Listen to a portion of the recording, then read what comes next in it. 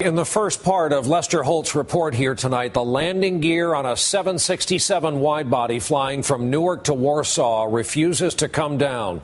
No one had ever tried an emergency landing with this aircraft in precisely this condition before.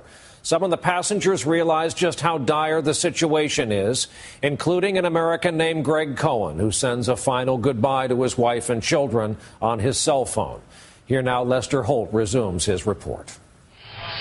In the skies over Warsaw, LOT Polish Airlines Flight 16, with 231 on board, was just seconds away from attempting an emergency landing like no other. Across Poland, millions of viewers were watching the drama unfold on live television. And as the plane descended over the city, residents ran out to take photos. Captain Tad Vrona had spent the last hour and 20 minutes trying to lower the wide-body 767's landing gear, all of its wheels and its braking system, but to no avail. And he had no choice but to belly flop the plane, with its engines acting like the runners of a sled onto a concrete runway. As you can see in this actual video shot inside the cabin, in the final moments, the passengers were ready for the worst. Air traffic controllers wished the captain good luck. And in the last few seconds, he turned to his co-pilot, just in case. I said to my first officer, I'm happy that we are together. And I said, thank you. And we shake hands. I thank you. Like the other passengers, Greg Cohen had his head between his legs. What were the final instructions before landing? They had us get in ready position, and they were telling us to brace for impact.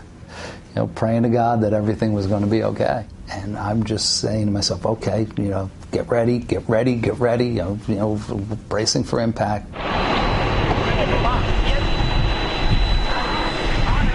And then it happened. Flight 16 touched down at more than 140 miles an hour.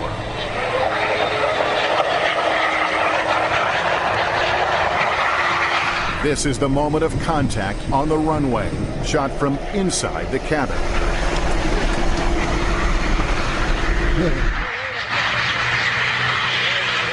And then we touched down, and the impact never came. I was waiting for this, like car crash to be in an accident. No bounce? I have to be honest, it was one of the smoothest landings I've ever had. Incredibly, it was a smooth touchdown. A miracle in Warsaw. The plane came to a stop, and everybody roared with applause, but it didn't last more than 2 seconds. You had the flight attendant immediately stand up and just yell, "Get off this plane now!" Suddenly, there was another danger. There was smoke and a fire on the right side engine. Flight attendant Magda Gortat yelled at the top of her lungs. Get off, get up, get off to the exit. Because I was sure that it's going to explode in a moment. This is actual video of the evacuation from on board the plane.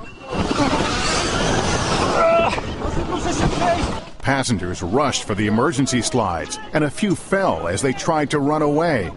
But emergency crews were able to douse the flames and the fuel leak quickly. The plane didn't explode, and except for a few scrapes and bruises, everyone got off unharmed. It didn't really hit me until I was off the plane. And that's when, I really got emotional. That's when it hit me like, oh my God, what could have been? Greg called Michelle the moment he was clear of the plane. I was just so happy he was on the ground, and, I heard his voice crack, which, his voice never cracks. Really, I appreciate, being with my kids a little bit more and try to take a little extra time for the important things in life because, look, it could all be gone in a second. And as for the pilot who got the flight down safely, Captain Vrona became a Polish national hero. And in America, he was honored for saving 231 lives. We caught up with the captain at the Museum of Flight in Seattle. We just did our job. I am not hero. But Americans on board Flight 16 beg to differ, comparing him to the hero of the Miracle on the Hudson. I thought that our captain was Poland's version of Sully. Same incredible amount of airmanship. Yes. What would you like to say to Captain Rona?